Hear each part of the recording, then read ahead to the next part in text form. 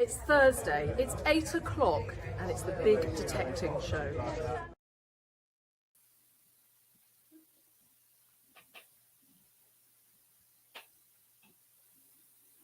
Oh, good evening, Adrian. Sorry, miles away, just looking at how Bronze You're Age... reading the same book as I. Yep, I was reading Bronze Age axe heads and how they were made. I was actually reading the Bronze Age axe heads yesterday, and then I was going through going, oh, gold, gold, gold, gold, like that.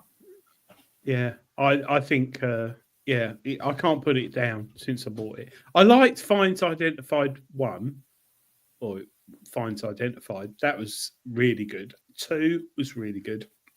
But 3, how they made stuff, I found... so much it's caused my gastric fluids to cause problems. But yeah, really, really good book. It's available now. Finds Identified 3. If you're a metal detectorist, you need to buy it 100%. It's got everything in there that you find and how it's made. And it's Greenlight Publishing. Yeah. Do you know what? Chemicals. Do you know what? Every time I flick it open, it always lands on the same page. If you're a metal detectorist and you're watching the show, buy that book or ask for it for Christmas. Greenlightpublishing.com, or just Google it. Finds Identified 2. If you buy it from Greenlight Publishing, they don't pay all the commission and that. But yeah, really good book. And I haven't put it down. Anyway, how are you, dear? I'm just saying, keeps popping up on the same page. Flint arrowheads and braces. Always, every time I flick it open, I go like that. It always opens on the same page. And Kudos to the British Museum. Sorry, the Portable Antiquity Scheme. British Museum. Talking of books, sorry, I think I showed this the other week. This is one of my favourite books. 50% of Roman coins are forgeries. Wow. Look at that. And in there, you can find all about forgeries. Irregular and counterfeit coins of Roman Britain. Why is that focused on? I just want to read enough of books. Passage from the start of the book. From Thomas Ingoldsby of the Ingoldsby Legends. Strewed above there and around, on the hearth, on the table, the shelves and the ground, all sorts of instruments, all sorts of tools, to name which and their uses would puzzle the schools, and make very wise people look very fools. This is another one as well. Sorry, it's near Christmas, and you might want an HF coil or a power pack for your detector, but books teach you stuff. And they've all been approved. Spade. Yeah. Digging tool, please. Thank you, David. Anyway, this week has been a really good week because I'm getting. Dave, I found this today. Do you know what that is? Is it the bits from the Nocta pinpointer? Acupoint. Anyway, I found it behind my desk with all my bits. Talking of the Acupoint, I don't know what battery they got in that. It's like Ukrainium. The Nocta Acupoint pinpointer. How many times have you charged yours since you had it last year, Dave? Once. Yes. Yeah. It's like, what on earth is in that pinpointer? I've charged. Me and you had the beta one, didn't we? The Nocta AccuPoint pinpointer. I never charged it in the beta testing. I did it. I let it run down, and then when we got the proper one, I've charged mine once in a year, or just under a year. What on earth sort of battery have they got in that? I think I don't know, but cracking little pinpointer, and they give you all that, and I haven't used them. Spare heads, and just not used it. And to be honest, I don't know where they are either. That's why I found mine behind the desk. Hey, friend. Anyway, thank you all those in the chat tonight. James Barnes, mine's still going since. Yes, see, James Barnes, his is still going since last Christmas. So what on earth have they put in the Nocta AccuPoint? Put it in the machine, for God's sake. Well, I was just about to say, get them in the machines. Well, the machines use a lot more power. So, yeah. Anyone in the chat who's got an AccuPoint, have they, how often have they charged it? Because it's a crazy pinpointer.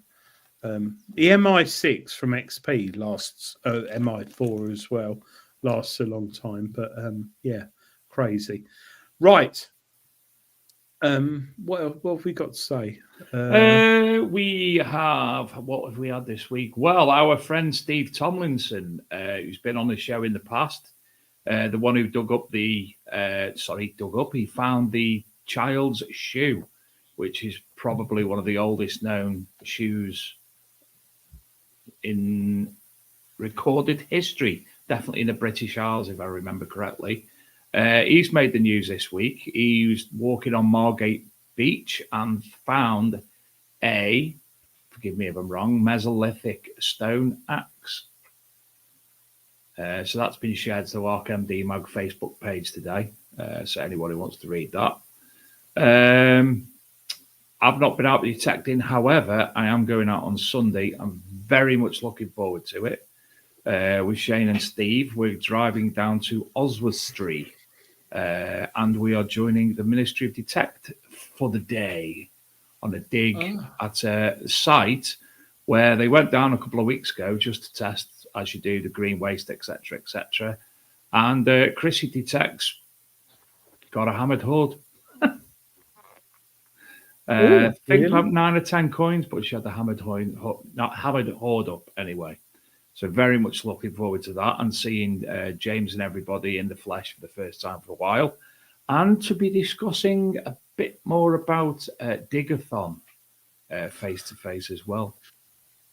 Well, Digathon, I messaged James Roberts today. I haven't checked my messages, but I think that's going to be a big event. Big event.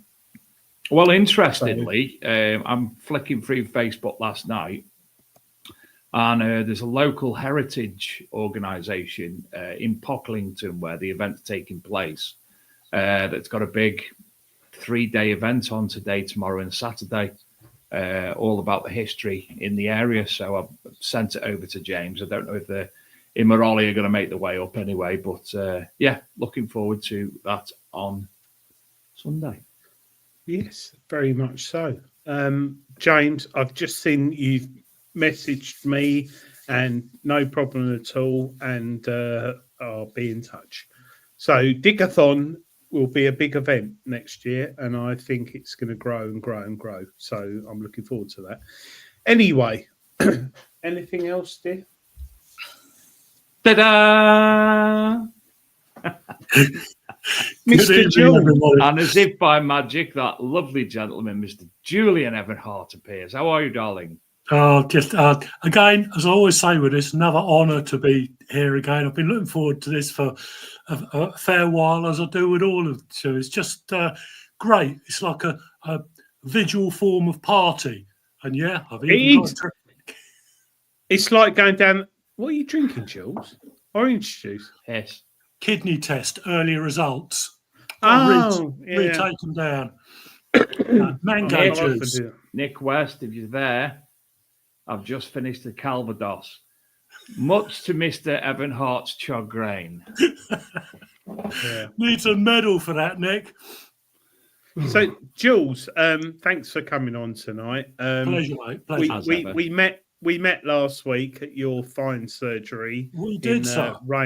In Braintree in Essex, and crikey, if anyone had walked into that pub, they would have thought, "What on earth's going on?"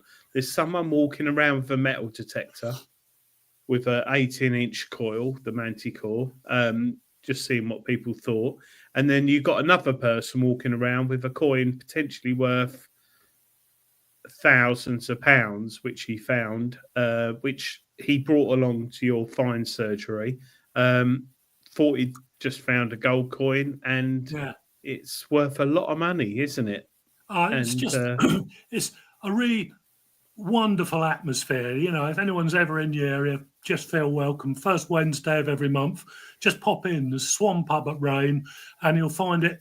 You know, sometimes there's 10 people there, sometimes there's 50 people there, but the finds, absolutely amazing. And that gold coin, that angel, I mean, you know, the honour to stand. And what I like is all the bar staff come out as well and sort of have a look at stuff, you know, and it's just even locals. You know, the amount of time we have just normal people, locals just come up, you know, and they go, "Oh wow!" And that's what it's all about. Great atmosphere.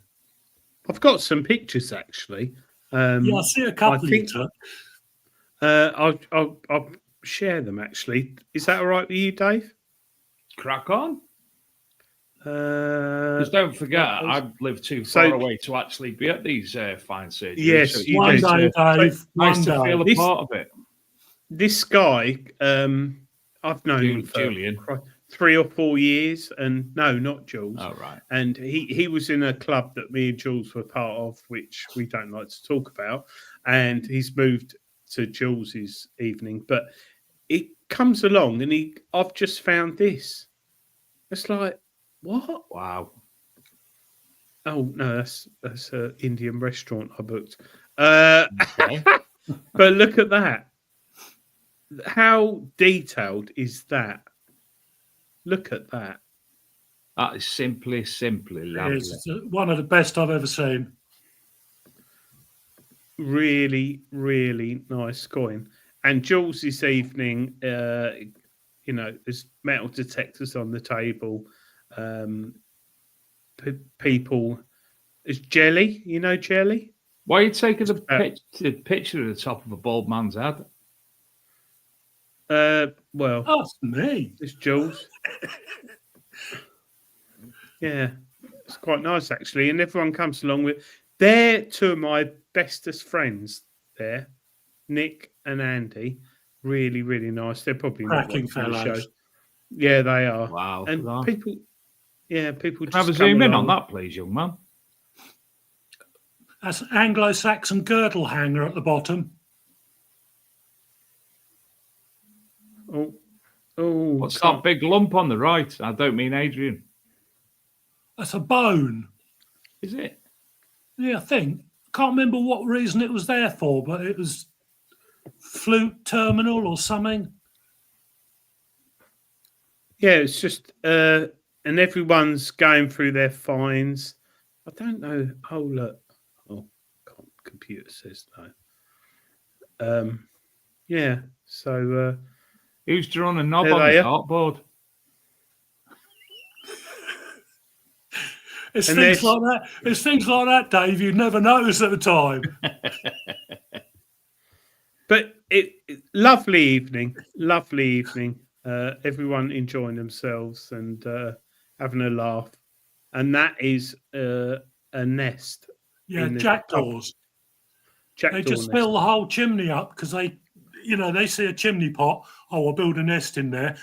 Don't think of a 30-foot flue, and they will fill that entire chimney stack up, and then Cam will empty it, and they'll think, and the nest will come down. Nothing in it. It's too early, and they'll start again. They do it all year. Metal. But Jules finds evenings are really good. Find surgeries. So if you're in Essex or you're on holiday in Essex, you're more than welcome. Anybody.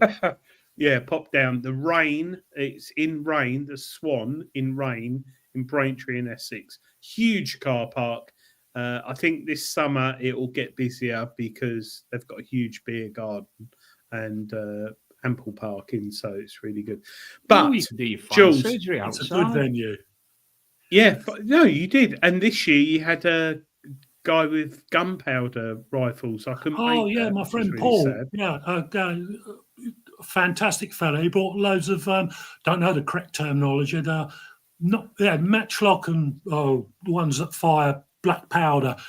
We were firing, what was it now? An 1870s Brown Bess type thing, much to the chagrin of the Petanque team, who were some 15 feet away from our firing butt. But hey, these things happen. But yeah, no, everyone had a lovely time. Got some fab photographs of that. That was brilliant. One-off opportunity, really.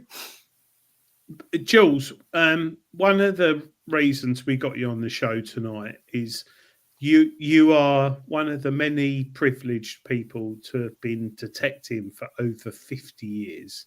Yeah, I don't feel like it. Up until recently, I didn't look like it either. But hey, that's age, it creeps up on you from behind. But yeah, wow, half a century over now. Where'd that go?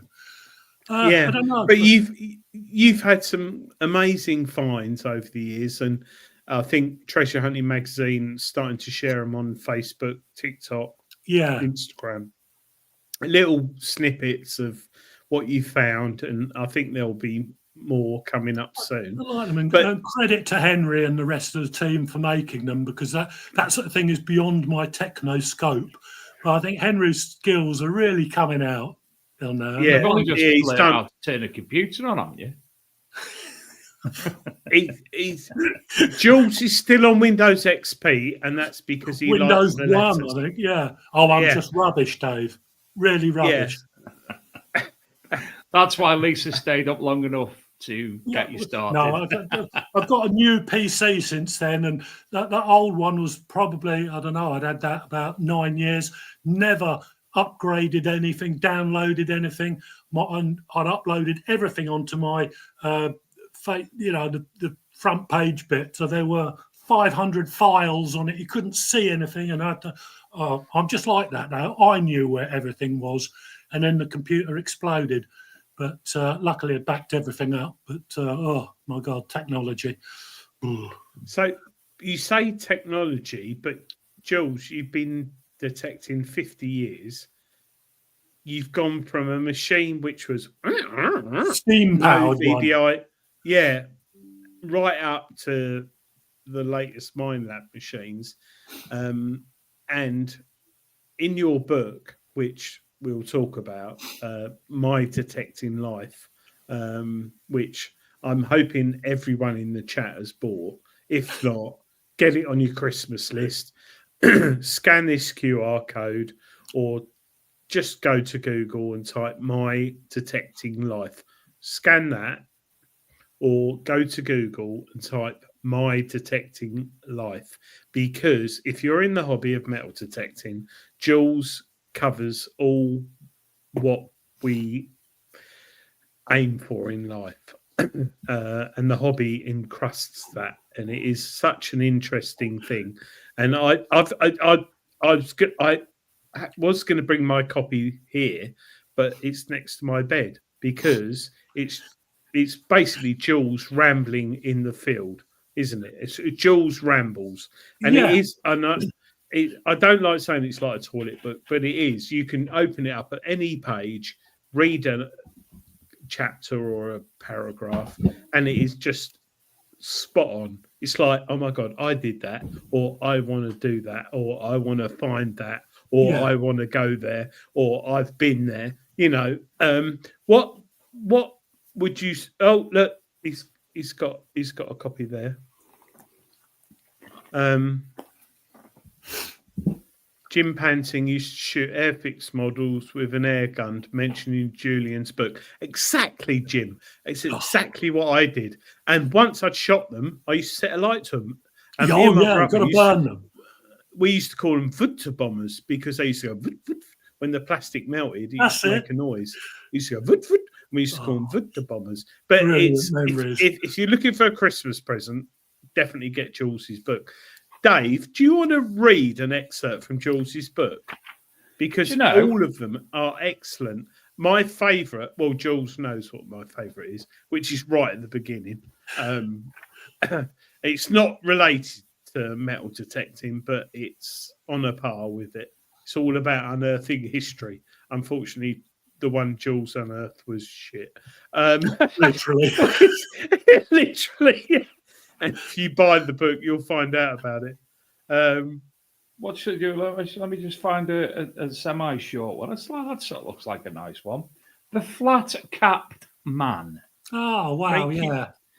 A couple of years passed by, and then on one summer's day, as I was walking down the winding, thick, hazel-hedged footpath leading to the churchyard, I briefly spotted something through one of the small gaps. Stopping to look further over in the meadow, I could see a rather tall, flat-capped wearing man, waving around what was clearly a metal detector. I spied on him for about half an hour, watching as he occasionally dug something up. I desperately wanted to go over and see what he'd found, but I felt so awkward. Not helped back then by the fact that in those far-off days I was generally a bit of a quiet, own company preferring individual. Eventually, however, I just couldn't resist, so I climbed over a wooden gate and sort of wandered around, getting gradually nearer and nearer to the detectorist, hoping he would spot me. At this point, I said, "Found out, mate." No, sorry, he didn't. Eventually, he did, and I must have looked so gawky and uncomfortable as he took off his headphones that he asked if I was okay. I confirmed that I was, and managed to ask him a few questions. He eventually showed me a handful of coins, several of which were gold. I think that they must have been sovereigns or guineas, and with hindsight, I assume he had most likely found a purse or wallet loss. That was reinforced many years later when I searched the same field, and of course the very same area, only to find a lead dross and a very worn and battered George III halfpenny. Lovely, lovely. Such is life. But yeah, that guy. Wow. Yeah, I think it's loads of little stories in there which are really nice, and yeah, I mean, I've tried to make it sort of anecdotal. Obviously, I'm a detectorist, so depending on how long you've been in the hobby, you'll be able to sort of familiarise and think, yeah, you know, and that's what I wanted. Yeah, I know where that guy's coming from, or I've been there. And if you haven't already, in the next 30, 40, 50 years, you almost certainly will. It's just, you know, and as you say, a toilet book, a couple of people have said that you can put it on the side, because initially I'm not famous for writing small one-liners. It's just impossible for me to do that.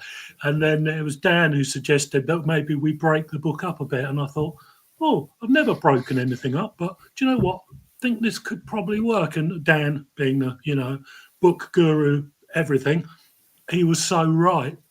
People have commented on it. You know, it's so easy to read. Put it down, leave it 3 weeks, go straight back, and I know exactly where I am. And all these things as an author I'd never considered, you know, and I think, I don't know what that is now. You know, it's my 30th or 34th book I've written, I think, so far, or helped to write. But it was a total novel one for me, really. Adrian.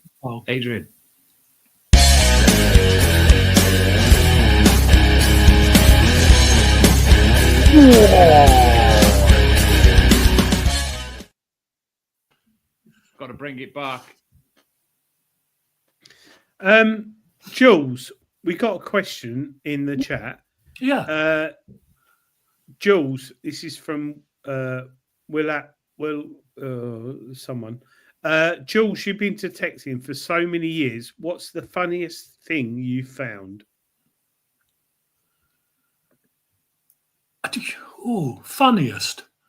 I don't. Oh, wow. That's a good question. As a matter of fact, I think it has to be the little pipe tamper. I got signal and I dug down about 8 inches, and I came across this black sandy soil, and I wiped away the sort of residual dry stuff, and there were two little lumps there, and I thought, okay, and they were small, only like this. And I thought, it's just standard lead dross. I want to clear it a little bit further. I thought, that's weird. And there were two little legs and a back and everything, and then the back of a hairdo sort of thing. And it was only about that long. I thought, it's a little figure, I think. Or is it lead dross still? It's quite difficult to know. I thought, no, it's definitely a little figure. So I managed to squeeze a finger either side, sort of thing, to gently lift it up. And he rotated a bit. And I thought, okay, that's cool, no worries. And then I cleaned it a bit more. And then he rotated a bit more. And I thought, well, he pivoted on something. What's the matter with him, sort of thing? So I managed to get a purchase of my fingers underneath. And I pulled it up, and it kept coming out the ground. And it was a little pipe tamper. And I think it's like a Punch magazine, although that's a bit later. Caricature of King George III. It's got the nose and everything, and it's got probably a 2-inch willy sticking out the front. And I'd found him like that in the ground, and I've been pulling him out, sort of like thinking, I just wish somebody. On a willy. Yeah. Right. Yeah. He's quite. I don't know if I've got him to hand anywhere. Well, if people look on the Treasure Hunting Magazine Facebook page, TikTok or Instagram, there's an episode of Jules Finds. I think it's episode 2, and you talk about him there with your and what I like about it, Jules, is you go, I've got this interesting find, and I do a little giggle. Look at that! Talk about milk it, flipping it. Look, yeah, I know. It's a bit. But Jules, yeah, look at that. Okay, that's fine. So is that what era is that from? Difficult to say. There's only, as far as I know, 2 other people have found stuff similar, not as well moulded as him, but same shape. And I can only conclude that he's a pipe tamper of some sort, because he's got a little chain sticking off. In his case. Yeah, and it's almost painful to imagine the part of him that's tamping the tobacco. But yeah, he's got a little chain on the top, and I can't think it could be for anything else. Right next to it, I did find a Georgian dragon pipe tamper, so that's what I think he is. But yeah, curious little find. I don't know if the word little is applicable there, but hey, quite a character. I find it more bizarre in why you would choose a pipe tamper with a big penis. I would personally, I would rather have one that was like the common ones you get. Do you know what I mean? It's like, I know. Unless someone made it. Yeah. It was obviously not that popular though, because I'll say there's only 2 or 3 others I've known found. So obviously not a greatly popular style, but I should imagine it caused as much smirkage then as it did now. But I just wish somebody had videoed my face when it came out of the ground. What machine did you find that with, Jules? That was a CTX 3030. Yeah, and you're currently using Knox 800. Knox 800. Yeah, I still use the CTX on occasion, but the Knox being lighter, but I actually like a really good heavy machine, and no denying the CTX. That fills every category. It keeps the coil to the ground because you've got no gravity, so you've got no choice. But no, I do like a weighty metal detector. Yeah. I tend to agree. I'm currently, for the magazine, field testing the C-Scope CS6 MXI. Oh, right, yeah. Yeah, 12 years ago that machine came out. And I'm really enjoying it, single frequency, because you come from, your Arados lasers. Yeah, I had a 120B. Yeah, and you see scopes. And how do you think we're at a point today where with hit the niche in metal detecting technology, or do you still think someone with a single frequency machine that costs 200 quid that takes 6,000 batteries can still find good stuff? Yeah.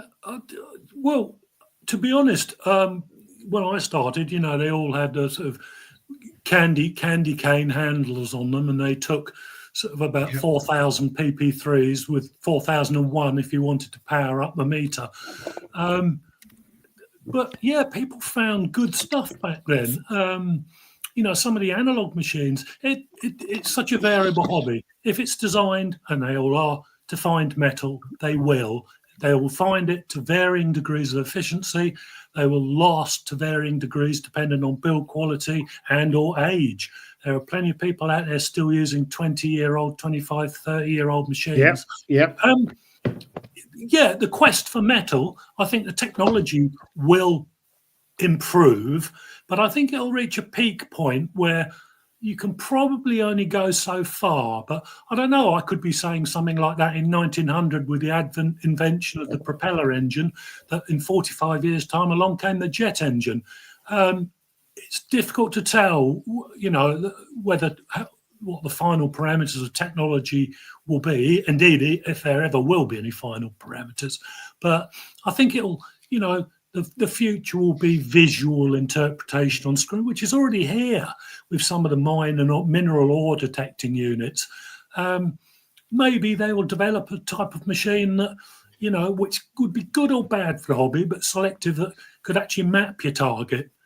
So it's scanned almost like a radar down the other side of a coin. It come up on your screen, go, I don't know, but I've already got a Charles I class 5 shillings, so from the Oxford Mint. Now I'll leave that for somebody else. Yeah, that's a very good point, actually, because would that make the hobby as interesting as it is? I don't know. It would ruin statistics for people doing studies of distribution, because the distribution would be affected by modern choice, whereas it shouldn't really be. But on the same grounds, it could save you digging up a lot of tinfoil and aluminium junk, so your time would be best spent only focused on good targets, which you would be, because you could select. Who knows? Interesting stuff. And down the line, I'm sure that there'll be units like that in the future. Yeah, I almost sort of, I wouldn't say worry about it, but I quite like the idea of just going out, getting a good tone, digging a hole, and it's like Christmas. You've got socks, pants, and vests from your auntie, lead, or you've got a hammer coin from your mum and dad. Do you know what I mean? I quite. Whereas for me, knowing what I'm going to dig, it would take the essence out. Yeah, it's the whole treasure hunting, hence the magazine title, which is a bit dated now, but that's, Christ, treasure hunting magazine's been going since 1977. 77. So, in those days, people bought the magazine because they wanted to pay for their gas and electric through fines. But I think now, as a hobby, it's like fishing, isn't it? You cast your float and hook, and you hope to get something good. And I think knowing what you find with technology, it's a difficult one. It would ruin the thrill, but I suppose, if there was a horde in the field scattered, the time you'd save not digging up rubbish would maybe hone you into that horde faster. But then it would almost have the element of driving down a lane, and you'd be buying maps of fields in Britain that John had detected, and there's nothing left in there. That's what the maps would be like. Oh, don't bother going there. No, it's cleared, mate. So it would take away more than it would give, to be fair. Or I don't know, would it? Yeah, it's an interesting thing. Much food for digesting on that one. I think I totally agree. It's an interesting topic. Dave, what do you think, Jules? Dave's a bit tired. He's confused. You all right? Yeah, I was lucky you were talking. Oh, to I me. thought you'd I was frozen. talking back. This is the problem when we get Julian EVAN-HART on the show. Me and Dave like listening to him talking so much. I do. And this is why Jules's book. If you don't like books, get his book, My Detecting Life, and I tell you what, it's like lovely tones, chatting. Do you know what you need to do, Jules, regarding the book? Book. Hold on. Book, not book. Book. Nigel Richardson's Accidental Detectorist. Me and Adrian actually listened to the audiobook version, which was fantastic. Ah. I think you should do that. Get it uploaded onto Audible, My Detecting Life. Sans the pictures, obviously, or introduce some of the pictures on the My Detecting Life website, and get somebody to record it. Yeah, I've had a few questions about that. Obviously, it's shooting stars and comets far beyond my technical ability. But yeah, who knows what the future will hold on that one? Actually, that is a very good question, Dave, Isn't it? Because I listen to a lot of audiobooks, and your book would be a very good audiobook, actually. Well, especially the thing is with audiobooks and metal detectorists, I know a hell of a lot of people within the hobby who drive for a living, and a lot of them obviously have listened to that audiobook that me and Adrian have listened to, but also a lot of them listen to podcasts, including this version when I do actually find the time to turn it into an audio copy and upload it to where it's supposed to, about 3 months late now, but that's another story. So, a lot of people do when driving to, because when I was going up Rodney Cook, for instance, I was with Shane and Stade. When I was going to Detectable, I was on my own. When I drove down there, I had an audiobook on, 3.5 hour drive, listened to audiobook all the way. As a lot of people do similar, because let's face it, modern day bloody radio stations are shit. Yeah, an interesting idea there, Dave. It's just finding the right person with the right dulcet tones. Yeah, and true. Pronunciation of the word book and such like that you need to obviously get to do it. Book. Why do you say book? Because it's spelled B-U-K. Book. Oh, I suppose What do you do in the kitchen, Dave? Cook. I look at the cook book. Cook. I look at the cook book. Anyway, Jules, 50 years of metal detecting. You've had a lot of finds, and you're beginning to share them on Facebook, Twitter, and YouTube. Has anyone got a question for Jules in the chat? I do. Far away, ladies and one or two. Adrian, do you have a bit of the footage that you is being transferred of Julian that you could actually play when you were looking at the finds? You've shared a few this week on social media, short clips. I have. Oh, I could do a sneaky peek. Will Way says, Jules, my good friend, do you think in the early days more stuff was found as not many people were detecting them? Yeah. Will, that's one of those sort of statistical variable questions. Yeah, virtually every field in the 1960s, late 60s, 70s hadn't been touched. So the volume of finds was more. But does that mean the people are still going to those same fields now?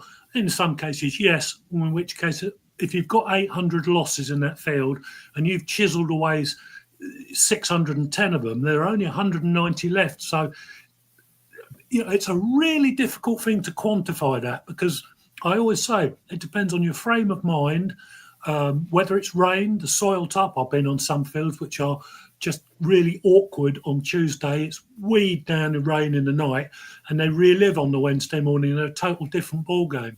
But it's the variables. It's really difficult to quantify a question like that, because there's so many obvious things. Well, yeah, of course. and yet there's so many things today, and it all boils down to that age-old adage of don't put the coil over it, you won't find it. And that's one of the most obvious, almost irritating things that you hear in the hobby.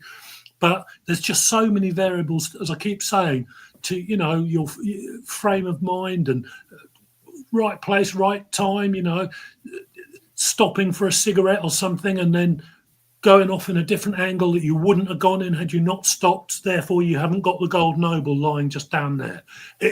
There's so much to discuss, but it's a good question. But I'll trim it there. Otherwise, I'll still be on air 4 hours time answering that one.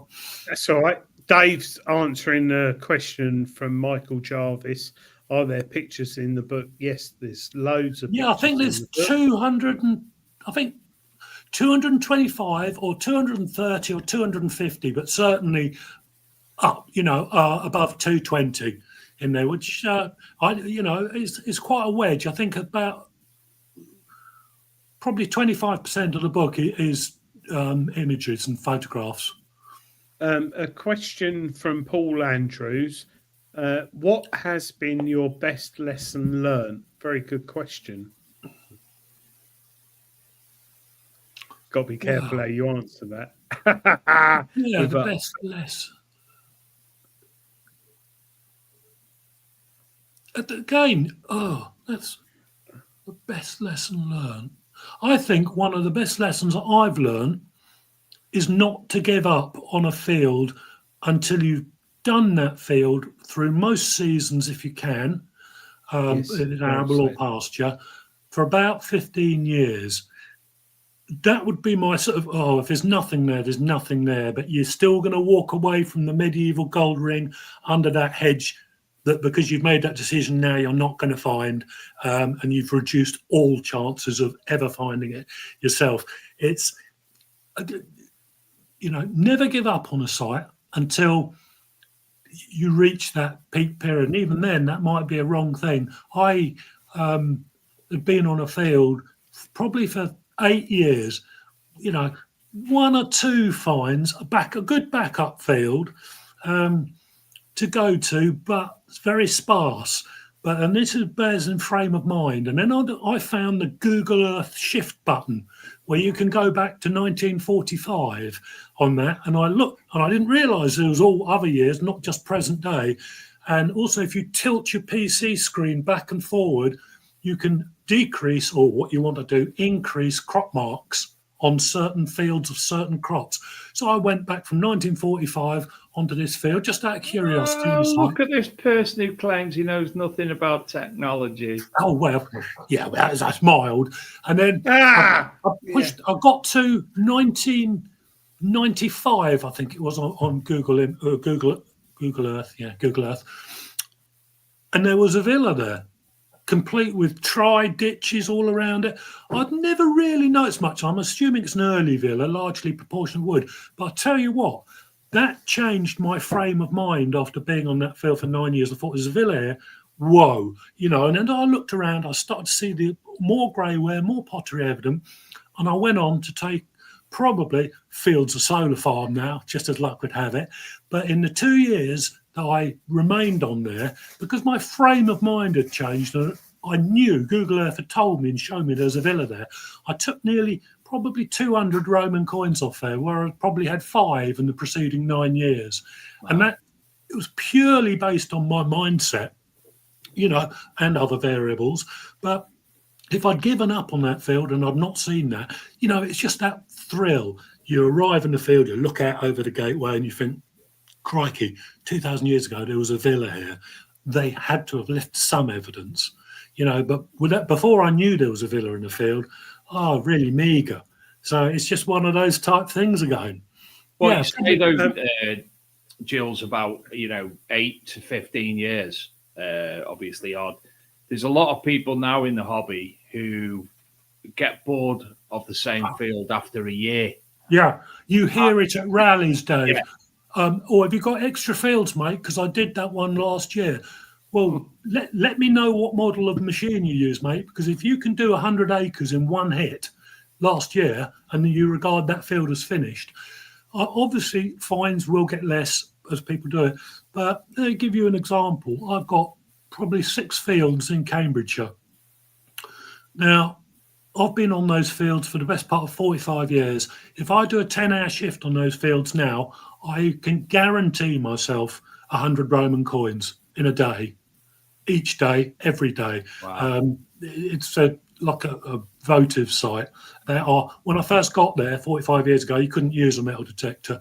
The reason was you got 45 coins, 20 coins in every sweep. I remember I took a detector there once, and I think in 8 hours I moved something like 16 feet. No more. You couldn't. There were coins everywhere. First day we were there, I think we filled half a Tesco's carrier bag up, going back in those good old days. You know, so sorry, Jules, butting in. Yeah, I've been fortunate to go detecting with you, and you are very, very particular about detecting. And you covered when me, you, and James went out once. Good day that was. Yeah, near London. Yeah. We probably covered 100-foot square each. Apart from you covered 20 foot, and you pulled up more than we'd pulled up in the whole day. And I said to my mate James, I said, he hasn't moved. He's digging. And you had the CTX then, and you were going down like, oh God, 2 foot. You were digging and digging. And do you remember that? Yeah. Do you remember that day? I do. That was a day. And you pulled up so much stuff within a 20-foot area in probably 2 hours. And you had the CTX machine, and yeah, it's a good machine still to this day.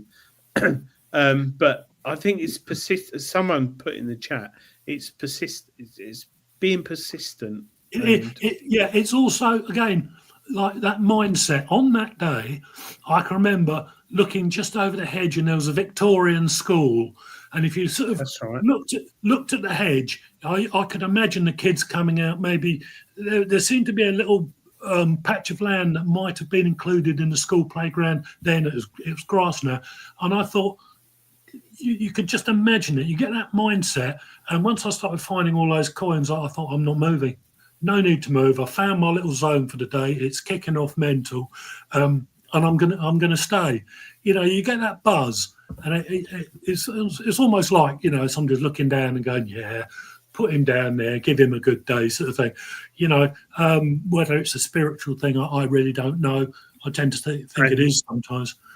Talking to spiritual, someone put in the chat, have you had any spiritual sort of ghostly experiences when detecting? No. Yeah, but they've been very minor. But what I will tell you now very quickly is probably the most amazing one that I was part of it. A friend of mine many years ago, and I might have told some people this before, he dug up a mosquito. And when dug up, there were some personal items on there. There was no human remains. Both the crew had been buried, but obviously in an air crash, you know, you get wallets and bits. Anyway, he found a wallet on there and had stamps in it, love letter from his girlfriend, car keys, theatre tickets, and then began the process back then of with MOD trying to trace relatives to get it returned. And looked like the family had all died out, and indeed later we found out they had. But he was sitting there watching telly one night, and they just had a newborn. And it was in obviously the living room with them in a cot thing. And the wooden cot started clicking, but it was methodical clicking. And he thought, and it kept doing it all the time, but enough. And in those days, most of us had friends in the military and everything. And this carried on. And he got a friend to come round. It was a cryptanalyst or something they had back in those days. I can't remember, code type dude. And he turned around and he said to my mate, he goes, are you taking the mickey? He goes, no. He goes, what's the matter? What's going on with this cot? And the guy goes, all wartime jargon. He said, stuff we don't use in the RAF anymore. He said, enemy coast approaching at 15,000 feet, light flak visible, no sign of enemy fighters, and jargon. And my mate goes, he said, you're having a laugh, aren't you? He said, this is not just a cot. He said, you've rigged something up to it. No. And anyway, a couple of weeks later, cot still clicking merrily away, telling everyone that the enemy coast was clear. Anyway, he went down the pub and he got a phone call from his wife. And she was quite distraught. So I thought, right, pint down, and did, and got home. And she was sitting there and she was in tears, but she was agitated. And he goes, what's the matter? Sort of thing, what's going on? And she said, right. She goes, I don't know what you've done or what you've brought into this house. She said, but I've just been watching Coronation Street. She said, and I got this urge to look at the door. And she said, it was such a strong urge. She thought, I'm not doing it. I'm watching the telly. And she said, I knew there was something wrong in the doorway. She said, but I refused. She goes, I stuck it out for 10 minutes. And she goes, and I looked up at the doorway and there was a blonde-haired airman there. She goes, if that weren't shock enough, she goes, I knew something weren't right because he was 6 inches off the ground. He said, and he looked at me and I looked at him and he gave me the most beautiful smile and melted away. And she said to him, what have you got downstairs? She goes, you must. So priest came around, they had the house exercise, and he said, yeah, you've definitely got spirit here. It's curious. It's not evil or malevolent. You've bought it back from somewhere. My mate's sort of sitting there going, oh, aviation archaeology got me into trouble again. They had the house exercised and a little bit still occurred. So the priest came back and said, look, the only way you're going to sort this is if those personal artifacts that you've got from this young man, and by that time I had a wartime photograph, and one of the crew had dark hair and the other one had blonde hair, and my mate showed it to his wife and she said, she said, that's him. She goes, I've seen him in our living room. And so the priest said, you've got to get rid of this sort of stuff, not throw it away, but remove it somewhere else. So he took it around his mother-in-law's, and she never had any hassle with it. But he did try and trace, and there were no living relatives, which is, even distant relatives. Weird. Or his mother-in-law has still got it. But, thank you, Jules. Another quick question. Jules, what was your first gold find? I think my very first gold find was a pretty rubbish gold earring, hollow one that I found in the field, in the corner of the field, so we won't go into any more detail in that one. And then just after that, I found my first gold quarter stater. But yeah, I think it was a very crumpled about a year ago, wasn't it? Sorry, 49 years detecting. Sorry, yeah, I do that. Oh yeah, I was talking to you last week, mate. No, it wasn't 15 years ago, Jules. But yeah, as you get older, every week is a year turns into a week. So yeah, I tend to condense things. But yeah, there was a crumpled earring was the first gold find I think I found, and then I had quite a good stream of gold quarter staters. I think I had about 12, 13, 14 of those. And then took me... Sorry, Jules. And then 50 years to find a full stater. And talking of 50 years, I know we keep plugging it, but I have to say it's a great book, isn't it, Dave? It is. Jules' book.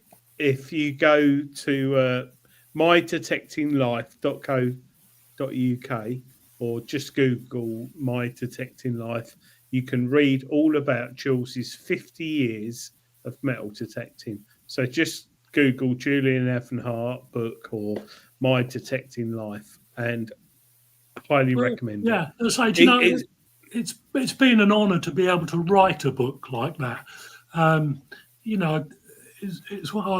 Detecting has been always a life vocation for me. Come hell or high water, I just love it. But to be in it, so to think that I've been detecting around Petra, and I dug up a Zeppelin, and when the BBC wanted years back to find a Zeppelin, it was me that they called, and I just think, wow, that's quite something. You don't get big-headed about it. I just think that there's all other people. You can do what you like in life, but all of my success and interest in detecting has always been helped by other people, from the flat cap man who showed me those guineas and sovereigns years ago, to people who share finds on Facebook and stuff like that. There's no big I am at all about it, because everyone, I think, in the hobby, as a rule, helps everyone out, and that's the way forward. You share knowledge. And I was just lucky. I was in the right place at the right time to get invited out to Jordan, to see some wonderful things, dig aircraft up, be involved in finding human remains. Some of my friends did, and getting them properly buried, returning dog tags back to children and families. I mean, what an amazing privilege that is. And if somebody years ago had never come up with a concept of a metal detector, I would never have seen the daughter of a B-17 gunner crying because I can take her back to the spot where her father died. And then when she said, "How do you know?" And I said, "Well, my friend actually found your father's cat badge here about 2 weeks ago." I mean, fantastic. It did. Fantastic. Unbeatable. People compare this hobby to fishing, and it's very, very similar. I agree with that all the time. But the emotional context of metal detecting, when you can do that for a family, I mean, in the last 3 years, I think I've been involved with, and when I say involved with, there's lots of people helping, returning 8 dog tags back to families out in America. And all those families have reciprocated, sending photographs, which in turn has helped me out because I can produce a little half-page magazine article about it, and absolutely fabulous. But, I think if you were trying to find a comparable hobby to this, I really don't think there is one for the emotional level of recovering missing human bodies, getting people properly buried, finding artifacts to do with history. And I say, there are those people that don't understand the hobby and will always criticise it. And to those sort of people, I've always said, well, all said and done, you look into that 80-year-old lady's eyes when she's just had her father's dog tag given back to her. Yeah, I agree. Always gets me, that does. That always gets me. And on that note, Adrian,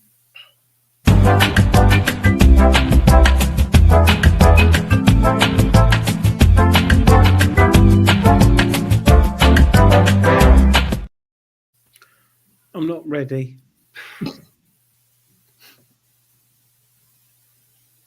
if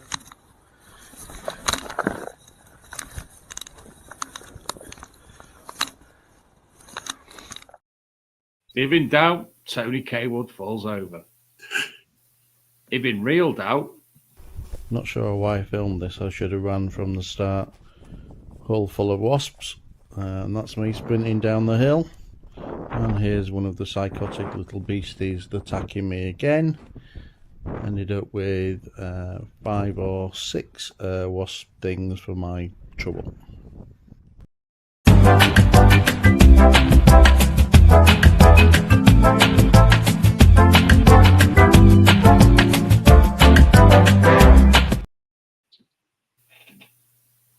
Is that showing?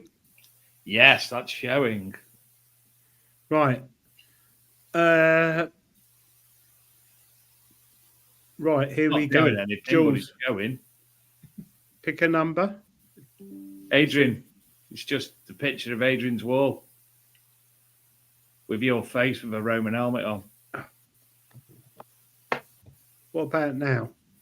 Nope, still the same. God. Now what about now? It's a wall, but it's in your. Now I've got the numbers. Yep. Okay. Julian, pick a number between 1 and 32.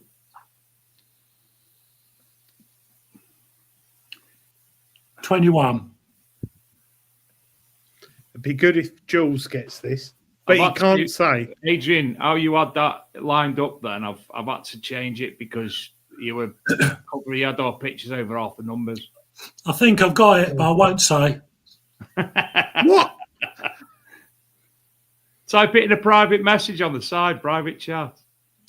Right, so I know what it is. It's not an axe head. Julian, you pick the numbers and I'll tell people that they're wrong. It's not a purse bar. It's not an axe head. It's not number an from ampula. Jules. It's not a pot leg. You want another number? Yes, please, Jules. Okay, let's go 22.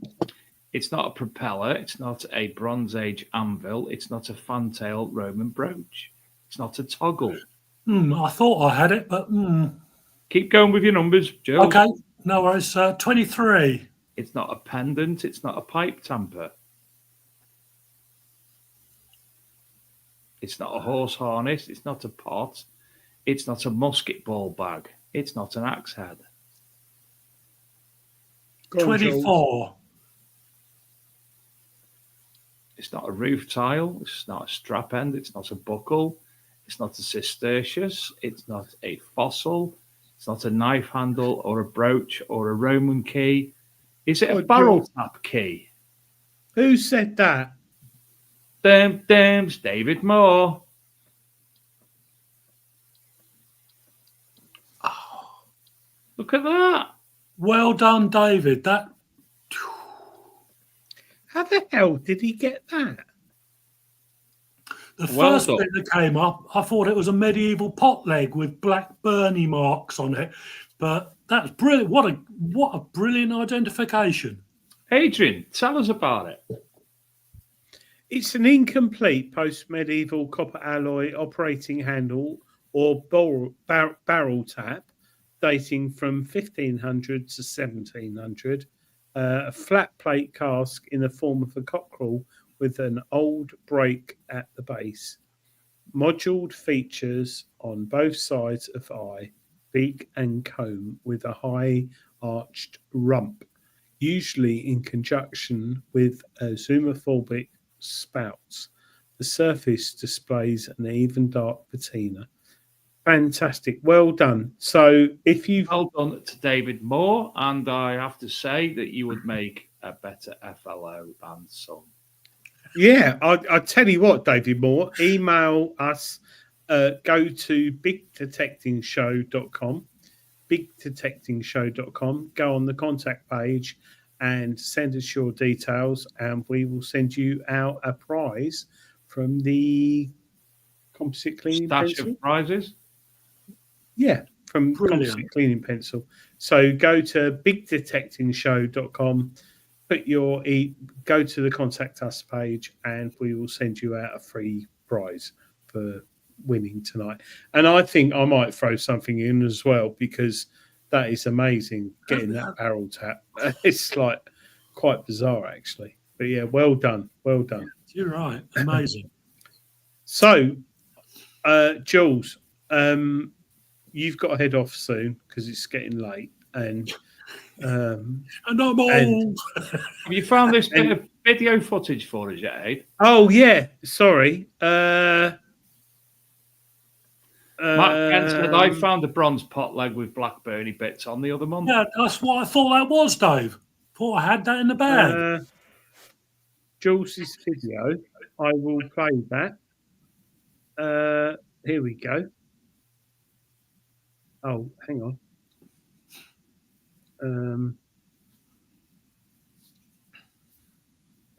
I'll share Jules's. No, it won't. Oh, window. Oh. Computer says no. Oh. Well, people can just go on TikTok or whatever. It's not working, Dave. Right, you are. You and Jules talk for a minute, and I will attempt to find it on social media. Well, I've got the latest one.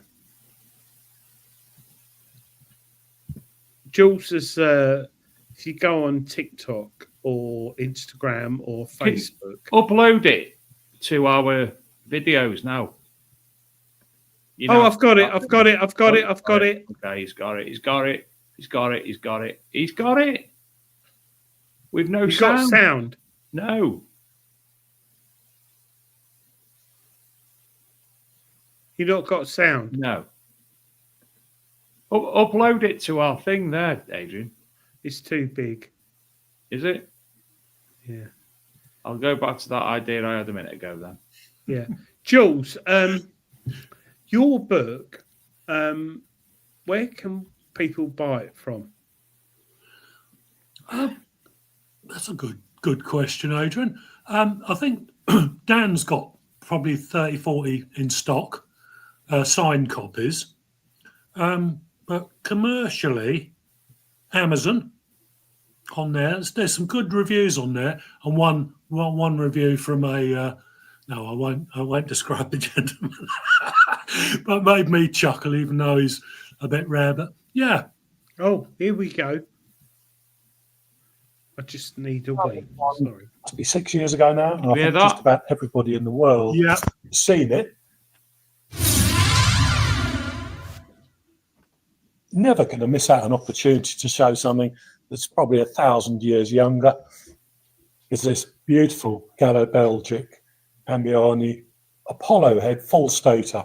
Found this one, must be 6 years ago now, and I think just about everybody in the world has seen it, but you can have a look at it again. I love that lustrous, buttery, ancient gold look. It's just a magnificent coin. Lovely. Again, Very nice. you know, just such a privilege to be able to handle it. But I know we've got Roman coins here, quite a selection of Roman coins from sestertii, which are the really big, thick ones. Yeah. Sometimes often worn so that you can hardly see any of the detail at all. But still marvellous coins. Then you have the silver ones, which are denarii and siliqui, which Lovely again, condition. yeah, and, you know, as good as the day they were struck. But can't beat a bit of Roman silver. It's always a nice find. And of course, you get the smaller bronzes. This selection here are probably some of the finest condition ones I've ever found. And they are pretty much as struck. Very difficult to find them in this condition in most UK soil types now due to organophosphates, pesticides and things like that, which have affected the preservation. And of course, To a the far minimissimi, which really is, let's get two of these. very minimal. They are extremely very minimal. What they would have bought you is arguable. But Yeah, crazy, that. isn't it? Yeah. just madness when you compare like with one of the bigger Roman coins. You know, a lot of people think that they were actually just purely votive. You buy a bag of 1,000 and simply throw it on the temple. But where can we jump to now? Pipe tempers. That's a good jump into the future. One of my favourite examples of one of these from pasture land, hence its beautiful patina, glossy. I call it cow poo green because it just is. Now, I think it's St George and the Dragon. That would be the best representation, I think. But there is another saint who dispatched a dragon. But I think for simplicity's sake, we'll say this is St George. Normally, these are high copper content, and you find them sometimes just the stem and the dragon, and it just looks like a corroded crescent, maybe two little legs in there. So I was really, really very lucky to find this one in this condition. Those who don't know what a pipe temper is, Yeah, they vary in size. This is quite an early one. Tobacco being very, very expensive in the old days. Your pipe bowl was probably about that big. You sort of tamp your tobacco down so you get a nice even burn like that. Then you light it and draw on the pipe, and it will give you a more satisfying smoke, apparently. I did actually use one many years ago, but I really didn't notice the difference. But yeah, it's literally to tamp and compress your tobacco down, a little mushroom-shaped terminal. nice finds, pipe tempers. They are marvellous. There you go. So, Adrian, these videos, where can you actually find them? Well, disappeared then.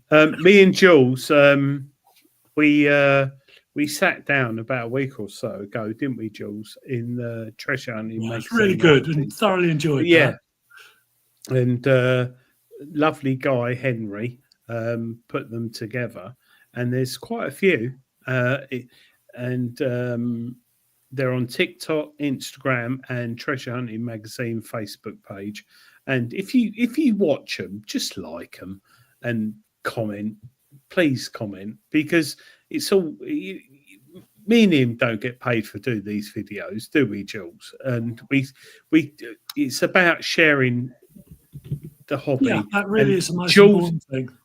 one thing Jules has always really imprisoned in my mind is sharing your finds, whether you share them on Facebook, Twitter, Instagram, TikTok, in whatever you do, just share it, because it all helps the hobby, you know. And people comment, all right, some might say it's a Jules, we had that classic one at your fine surgery, not the last one, the one before. A guy found what was his name? Pete. He found what he thought was something of interest, and the flow told him it was a light fitting. And what was it, Jules? Now you're going to hit strike back. That was 8 weeks ago, Adrian. Ooh, he was basically 50 years ago, told, or 8 weeks ago. No chance. He was told something wrong, and Jules proved it by. Jules said it's this, and the guy Googled it, and it came up exactly what he had. So Jules was right. Nothing against flows at all, but if these videos, it's all about helping people in the detecting community. And if you watch it, like it, put a comment in there, and it's and there's more to come. There's loads. It's loads. We got loads. I mean, Jules, 50 years of bloody metal detecting. Can you honestly? Yeah. Well, I know what Jules has found, and it goes from a blinking ring pull up to things you can't even talk about. Well, yeah, stuff like that. Jules, but yeah. Stuart Fitzpatrick asks, after your heart attack, did it take you some time before you regained your confidence when detecting on your own? I found it difficult myself after I had one. I hope you didn't mind me asking. No, not at all, Stuart. My only advice to you is, since that period of time, I haven't been out detecting alone. I'm a rattle. I'm on so many drugs now, it's unbelievable. But I'll go out detecting with you, but I always like to see somebody and make sure somebody's looking at me. So if there was a case in the field where I trip out, somebody there. That's not to say to be scared of going out on your own. If you're confident enough, mate, to go out, you do it, because that's your life. Nothing should ever destroy your enjoyment of that. But looking at it common sensely, if you've had a bit of ticker trouble, have a look maybe at finding a buddy or sharing some long-term sites. You might even have to do that, mate. But it's all about being safe. And I would say to anyone who's had heart issues, tell people where you're going. Yeah, at the very minimum. And maybe have one of those tracker things on your mobile or something like that, so people can see. But yeah, if you feel confident, mate, you go. Do you know what I always say, Jules? And it always gets me as to why metal detectorists wear camouflage. Why don't we wear high vis? I've always asked. I've said that how many times, Adrian? I've always got about. I've got a comment on this, and I think camo clothing is predominantly worn for hard-wearing, waterproof, weatherproof, and if soldiers can wear it, not that we go into battle, we do as such, but nowhere near what soldiers do. But sadly, there's not many manufacturers who produce clothing that is waterproof, lightweight, you can get a high-vis vest and hard-wearing. Yeah, but high-vis on your back, or you can get them straps. Yeah, but I'm also one for when I go detecting.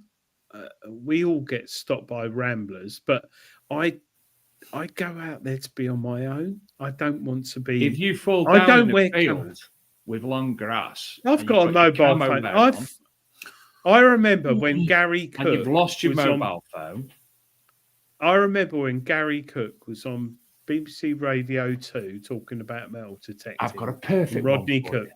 And I collapsed in a ditch, 6 foot plus ditch. I fell in it because I thought it was a small ditch, like a foot deep. And I fell in it and I was on my back, like rumbling around. And I just laid there and thought, I'll be all right. And I had my mobile phone. And as long as you've got your phone, you should be all right, really. But you should always tell someone where you know, if you're going to text. When we were at the Or Rodney where Cup, you no going. frills, Adrian. You'd left us. You departed. Myself, Shane, Steve. No, not Steve. Rick, etc., etc. A gentleman went missing. His wife was very, very upset, and we were about to send a drone up. What if we'd send a drone up? It's looking in the field, and he'd got his camo wear on. You wouldn't have seen him. Well, it'd be. Luckily, he came down from the pub moments after, but that's a different story. I think people who don't understand the hobby take the mickey out of us for wearing camo, but it's all about what you're comfortable in, what you wear, and you know, I've got nothing against. I don't wear camo purely because I like to merge in with the. Yeah. I don't know. There's arguments on both sides. Really, you know, if you wear camo, you're sort of like a pigeon shooter or somebody who wants to blend in, and you are actually less intrusive to wildlife, no doubt about it. Whereas high vis will alarm wildlife and make you. But at the same time, you have to balance that out with your health issues. You know, so there's grounds for both on this one. You know, yeah, to be, you know, I can't really say, oh, if you've had a heart murmur or flutter, then you've got to be wearing this pink high vis, mate. You've got no choice. You know, we don't want to start like that. But there are practicalities to both aspects of this, you know, and it's common sense. If you think that might help and that makes you feel more comfortable by wearing a pink high vis because you've got a dodgy ticker, knowing that you'll be fine, then who's to argue? You know, I agree. I think it's what you're comfortable in and what you enjoy detecting in. I mean, I never really looked at it as camo. I did wear a lot when I was a lot younger because I needed a pair of trousers. I didn't even look at it. It's like, you know, it would be a case of, oh, mate, why are you wearing those trousers? Well, because I just need to. I had a camo. Never even give it a second thought. I just associated camouflage with being out in the countryside because it was less intrusive to wildlife. And, you know, some people might want to be out on their own and not have every hitchhiker coming up to you going, well, you know, what you found, guys, which is a pleasure in itself, we all know. But, you know, I think it's personal choice and personal you know, whether you're comfortable. Really. Dave, have you got camo stuff? Yes, but I don't actually wear it anymore. I'd had a camo fishing jacket to put my bits in, but now I've got that bag with all my stuff in, so now I don't wear it anymore. I think it's probably more essential for fishing. So you're not some great bloody orange thing that the fish can see. But yeah, you know, each to their own, you know, but yeah, that's an interesting aspect from some of the heart, you know, people who suffer from that. I just don't like wearing camo because my kids mock me. Jules, Will Way asks, considering your vast and impressive knowledge of history, please can you tell me what happened to local tramps? In our day, they were totally different. Don't get me on that one. There was a post I saw yesterday. Oh, no. He said it's his post. Yeah. It was at his post because I think I might have responded to it. Being born when I was, a lot of the tramps were First World War veterans, and they'd come ambling up the lane. There was no, you know, kids some kids took the mickey out of him. Others, you had a bit of respect then. He'd still have all his medals on, and he'd just look and say, boys, any bit of work, could dig a garden over for a bowl of soup. And that's the way it worked. And a lot of them were the most intelligent people. I met one mid to late 60s who'd been a colonel in the army, and he just had enough. He had enough of family for whatever reason, like that, and he just went walkabout, and he was happy. He died under a hedge, and but talk to him. If you wanted to talk, philosophy or anything. I mean, he'd been educated at Cambridge, but he loved that life. But in St Albans, there used to be about 6, and they weren't what's on your town park benches now. They were all pretty much gentlemen. Some of them worse for wear for drink, but you never questioned that because you didn't know why, But a lot of them then were ex-military, arguably, unfortunately, as some of the poor lads on the streets are now. But tramps, I don't know. I think they just sort of died, and that's blown me away. Actually, that comment from me, he's right. Tramps, where the hell have they gone? I always like the ones who had the stick with a little handkerchief.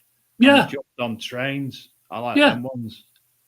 Yeah, that was America, wasn't it? Mostly in America, you get that. I can never remember that singer's name. Who used to we had tramps. We had tramps near us, quite a few, and they had and they'd live in old barns and things.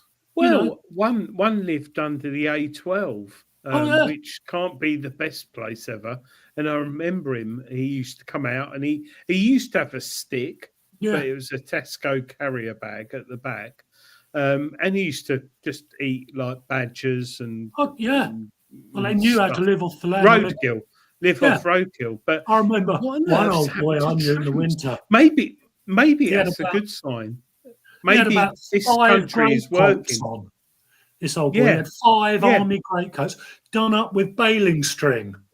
And got belt. Maybe it was always baling twine. They were nicking off the old bales right out the hedgerows, and bag. Some of them still had original army webbing and stuff. I mean, it was reaching its end of its day. But maybe the country's actually beginning to work if we haven't got we've got a lot of immigrants and things, but we won't go there. That's not. I'm not going to ask. Seeing we're coming to the end of the show, that's another show. Dave Moore has asked another question, which I'm not going to ask about your thoughts on a certain Labour Party leader, but we're not going to ask. No, we're not going to ask it. Talk politics. I'll tell you what. If Labour bring up metal detecting, oh my God!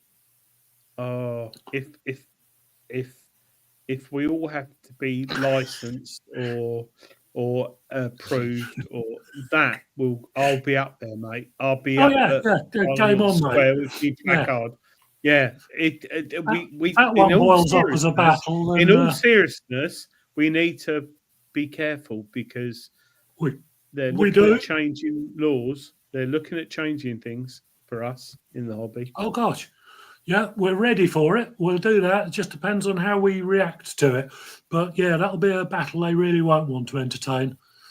But no. Yeah, and who in the chat would go to Parliament Square with me and Dave? We would be the show that fights for our rights on metal detecting. And we'll be there on a Thursday, so we can go live from there on a Thursday night. I'll be up there like a shot. Yes. Brilliant. Yeah, I'll be up there. Anyway, Jules, before I forget, Steve Barnett will be there. John Clayton will be there. Who else? Come on. Who's going to be? Dave is Labour. Dave isn't Labour. Eric Sherbin. Dave's a union rep. It doesn't mean anything to do with Labour. You Matt Kent. Hi, Matt. Oh, Viking gear. Yeah, I'll be. Jacqueline Walker will be getting there. All wrapped up about it. I'll be with Jackie on Saturday, Sunday, no doubt. So she'll be there as well. I'd be in a right old ruckus up there. I'd get Starmer and I'd say, "You're ruining our hobby," No, calm down. Let alone the country. But hold on, no, Yeah. I'll remain quiet on the issue. I'm vociferous enough on Facebook. Like I haven't been banned. I don't know, but hey, there we go. Yeah. Oh, John Clayton with gunpowder.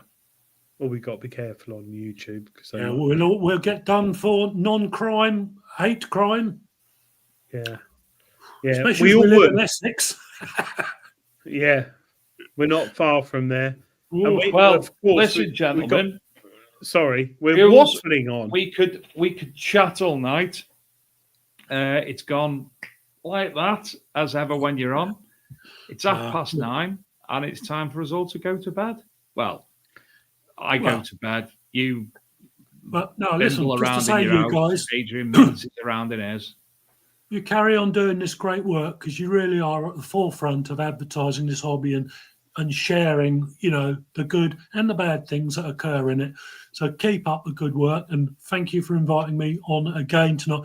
Again, it's every show is a different show. I think I've been on about 2 or 3 previous ones, and 2 or 3, about 8 now. Is it about 8? But I'll tell you what, it just absolutely fabulous. But I will say it is that fabulous and that intense that when I click off there, I'll sit on the sofa and I go, it's like draining, but beautifully draining. Anything involved with this hobby, I don't care if I end up deadbeat lying on the sofa all night. It's been brilliant to be involved. You guys are a fabulous team. Just thank you. Thank you for a trampoline when you're there. All right. I do appreciate Jules, you. We have to thank you for coming on the show tonight. And many more times in the future, brothers. And many more times. And buy his book. Make it big. Thank you for your 50 years of detecting, and thank you on behalf of all the viewers, because nobody has a bad word to say about you. Everybody loves hearing you speak. Everybody loves watching your rants on Facebook, seeing your finds on Facebook, and we all do look forward greatly to seeing all the videos in their entirety. Bless you guys, and thank you. Well, next week, sadly, I think I might not be here. Lady Martin will be jumping on board. I've been reminded tonight it's my daughter's birthday and we're going out for... Oh, he's gone. He's gone. He's done one. Bye, Jules. Thanks, Jules. For the start, at least, hopefully I'll be able to get back and jump on with you. But we will... Don't worry. Yeah. Family comes first. Yeah. To be honest, it's nice having people to rely on to do the show with one of us aren't here now. It's nice to be able to actually have a week off every now and again. So thank you all as ever. Thank you, Jules. Honestly, I could listen to him all night. I've always wanted to grip him at Detectable or the RCM and sit and have a chat with him, but you can't because everybody else does. Yeah, he's a very busy man. Very busy man. A privilege to know him. Absolute privilege. You sit down with him and have a beer and absolute mint. Anyway, thank you all for watching and putting up with me and him. And him. And him. And him.